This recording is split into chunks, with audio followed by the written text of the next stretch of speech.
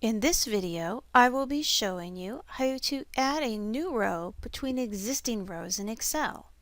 This was inspired by Matt in the post shown below. Let's take a look. Excel is very flexible in the way that it can sort and filter and rearrange your data appropriately. However, there are times when we need to insert a row in the middle of an existing section. Let's take a look. There are, of course, many techniques to do this, one of which is going to be if I want to put a row between the Tom and the Kathy. We have the Kathy row, row 5 selected, as every new row we add is always going to be above the existing. And then we make sure we're on our home ribbon in the cells group, and we click on Insert.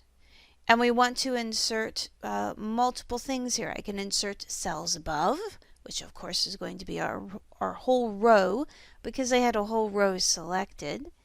Now that the new row is here, I'm able to put in the data. Now it's important to note if we're doing some of the advanced features, say under the data ribbon, a completely blank row can often be seen as a new set of data. So do make sure it's not completely blank, unless, of course, we intend the top 3 records to be separate from the bottom 3. Always a good protocol to make sure that we populate it. Now we may not know everything, but we know that there is a first name and a last name. Maybe the address in the city and the state we don't yet know. That's all right.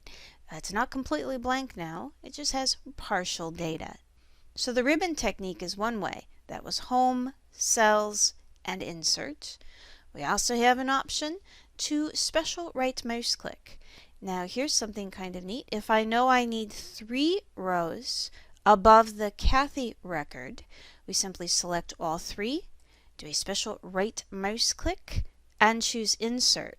And the number of items that I had selected is how many rows will then be added above that selection, in this case 3 rows.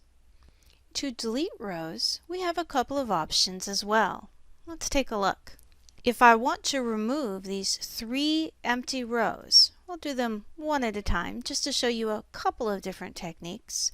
One option is to always select it, do a special right mouse click, and delete.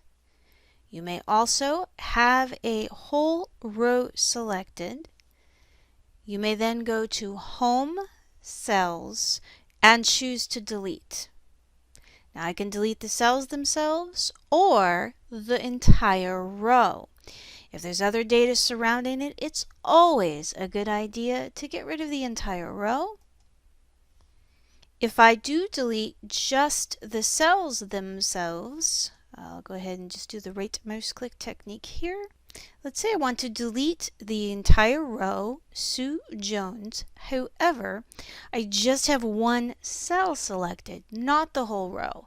When I go into delete and delete cells, you will get a choice, a dialog pop-up box that will ask you to either shift the cells to the left or up, or do you want to get rid of the entire row? You should always say entire row, by the way. I'm going to choose this option, which is incorrect, just to show you the problem that it will cause. I'll go ahead and click OK. Do you see now how it moved Kathy, Michelle, and Daniel's addresses up as if it belonged to Sue? We now have incorrect data in address 1. And if this was a large section of data and I didn't see the shift up, then we could be in big trouble. So best case scenario, absolutely always choose the entire row when you are deleting. That way we never have bad data. Whichever technique you decide to use, add your rows appropriately, and of course, as always, Excel is always very, very flexible when it comes to data manipulation. Thanks again, Matt, for inspiring this video. Check out other posts at the link below.